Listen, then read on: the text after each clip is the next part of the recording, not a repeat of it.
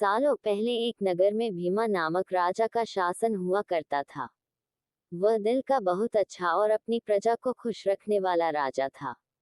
अगर किसी को कोई समस्या होती तो राजा तुरंत उसका समाधान कर देता।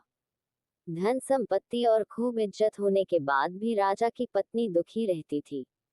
उसके मन में हमेशा से संतान प्राप्ति की चाहत थी, जो सालों से पूरी नहीं हो पाई थी। राजा को भी ये दुख रह रहकर सताता था। राजा ने कभी अपना दुख खुद पर हावी होने नहीं दिया और पूरे राज्य की लगन से सेवा करते रहते थे। एक दिन भीमा राजा के राज्य में एक सिद्ध साधु भ्रमण करने पहुंचे। वो गांव गांव घूमकर लोगों से पूछने लगे कि वो कितने सुखी हैं। हर किसी का जवाब एक ही था कि हमारे राजा बहुत अच्छे हैं और पूरी प्रजा को खुश रखते हैं। हर किसी के मुंह से राजा की तारीफ सुनने के बाद वो साधु राजा के पास पहुंचा। राजा को प्रणाम करने के बाद साधु बोला, हे राजन, तुम्हारे राज्य में हर कोई खुश है। ये सब देखकर मुझे भी बहुत अच्छा लग रहा है। तुम्हारे काम से खुश होकर मैं तुम्हें एक टोकरी दे रहा हूँ। ध्यान रखना कि ये कोई सामान्य टोकरी नहीं है।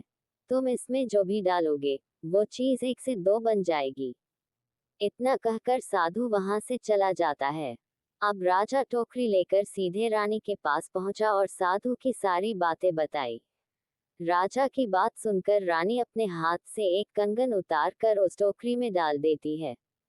देखते ही देखते कंगन 1 से 2 हो जाते हैं। ये देखकर राजा व रानी दोनों हैरान होने के साथ ही काफी खुश हुए। दोनों के मन में हुआ कि अब राज्य में किसी चीज की कमी नहीं होगी और प्रजा की खुशी दोगुनी हो जाएगी। इस टोकरी से भी हम अपनी प्रजा की ही सेवा करेंगे। कुछ दिनों बाद भोला नाम का एक व्यक्ति अपने परिवार के साथ राजा और रानी से मिलने के लिए पहुंचा। उसके साथ पत्नी और नवजात शिशु भी था। भोला ने सबसे पहले राजा रानी दोनों को प्रणाम किया और बताया कि हम आपके ही नगर के रहने वाले हैं। आपको संतान न होने का दुख हमसे सहा नहीं जा रहा है, इसलिए हम अपने इस शिशु को आपको देने के लिए आए हैं। इस वक्त से ही आप दोनों मेरे पुत्र के माता पिता हो। भोला की बात पर राजा के कुछ बोलने से पहले ही रानी ने नवजात को अपनी गोद में उठा लिया। रानी ने भोला और उसकी पत्नी सुलेखा को धन्यवाद कहा। इन सब के बीच राजा कुछ नहीं कह पाए। राजा को पुत्र मिलने की खुशी तो थी, लेकिन वो भोला और सुलेखा के लिए परेशान थे। राजा को पता था कि पुत्र न होने से भी अधिक दुख उसे पैदा करके किसी को दे देने से होता है। इतना सब सोचने के बाद राजा कुछ देर बाद रानी को समझाते हैं कि हम किसी बच्चे को उसके माता पिता से अलग नहीं कर सकते हैं। राजा और रानी की बातें सुनकर भोला व सुलेखा उनसे हाथ जोड़कर पुत्र को रखने की प्रार्थना करते हैं। राजा रानी दोनों ही भोला और सुलेखा की बातें सुनकर हैरान हो जाते हैं। तब राजा ने सीधे भोला से पूछा, आखिर क्या बात है, तुम अपने बच्चे को अपने साथ रखने की बात सुनकर दुखी हो जाते हो। साफ साफ कहो, क्या परेशानी है। राजा की बातों का जवाब देते हुए भोला कहता है, हमारे बच्चे को श्राप है कि अगर वो 12 दिन हमारे पास रहता है तो 13वें दिन उसकी मृत्यु हो जाएगी। आज हमारे बच्चे को हमारे साथ 12 दिन हो गए हैं। अगर हम कल इसे अपने पास रखेंगे तो इसकी मृत्यु हो जाएगी। राजा ने इस बारे में सोचने के लिए थोड़ा समय मांगा और भोला व सुलेखा को कुछ देर राजमहल में आराम करने के लिए कहा। फिर राजा भी इस बारे में सोचने के लिए अपने कक्ष में गए और रानी बच्चे को गोद में लेकर राजा के पीछे चलने लगी। कक्ष में पहुंचकर रानी ने राजा से पूछा, आप आखिर इतने परेशान क्यों हैं? तब राजा ने कहा कि मेरे राज्य में रहने वाला कोई भी परिवार मुझे अपनी संतान देकर सारी जिंदगी रोता रहे, ये मुझे हरगिज मंजूर नहीं है। राजा की बात सुनकर रानी भी इस बारे में सोचने लगी। तभी रानी महाराज से बोलती है, क्यों न हम इस बच्चे को टोकरी में डालकर 1 से 2 लें। फिर इस बच्चे को हम रख लेंगे और दूसरे बच्चे को भोला व सुलेखा को सौंप देंगे।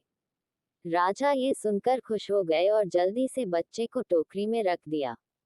टोकरी में रखते ही वो नवजात 1 से 2 हो गए। फिर रानी ने जिस नवजात को टोकरी में डाला था उसे उठाती है और राजा दूसरे बच्चे को उठाता है। अब दोनों बच्चे को लेकर राजा रानी सीधे उस कमरे में पहुंचे जहां भोला और उसकी पत्नी आराम कर रहे थे। राजा ने अपनी गोद में लिए बच्चे को भोला को सौंपकर कहा, ये लो अपना बच्चा। राजा की बात सुनकर भोला और सुलेखा निराश हो गए। तभी राजा ने टोकरी के बारे में उन दोनों को बताते हुए कहा कि अब ये बच्चा श्राप मुक्त हो गया है। आपके जिस बच्चे को श्राप मिला है वो रानी के पास है। आप दोनों इस शिशु को ले जाएं और इसकी अच्छे से देखभाल करें। राजा की पूरी बात सुनने के बाद भोला और उसकी पत्नी खूब खुश हुए और बच्चे को लेकर चले गए। राजा और रानी भी बच्चा पाकर खुश थे। उन्होंने खूब अच्छी तरह से बच्चे का पालन पोषण किया। वो बच्चा भी बड़ा होकर एक अच्छा राजकुमार बना और माता पिता व राज्य का नाम रोशन किया। कहानी से सीख, खुद को दुख होने के बाद भी दूसरों की भलाई के बारे में सोचना ही इंसानियत और इंसान का सबसे बड़ा धर्म है। लाइक, कमेंट, शेयर, सब्सक्राइब देखने के लिए धन्यवाद।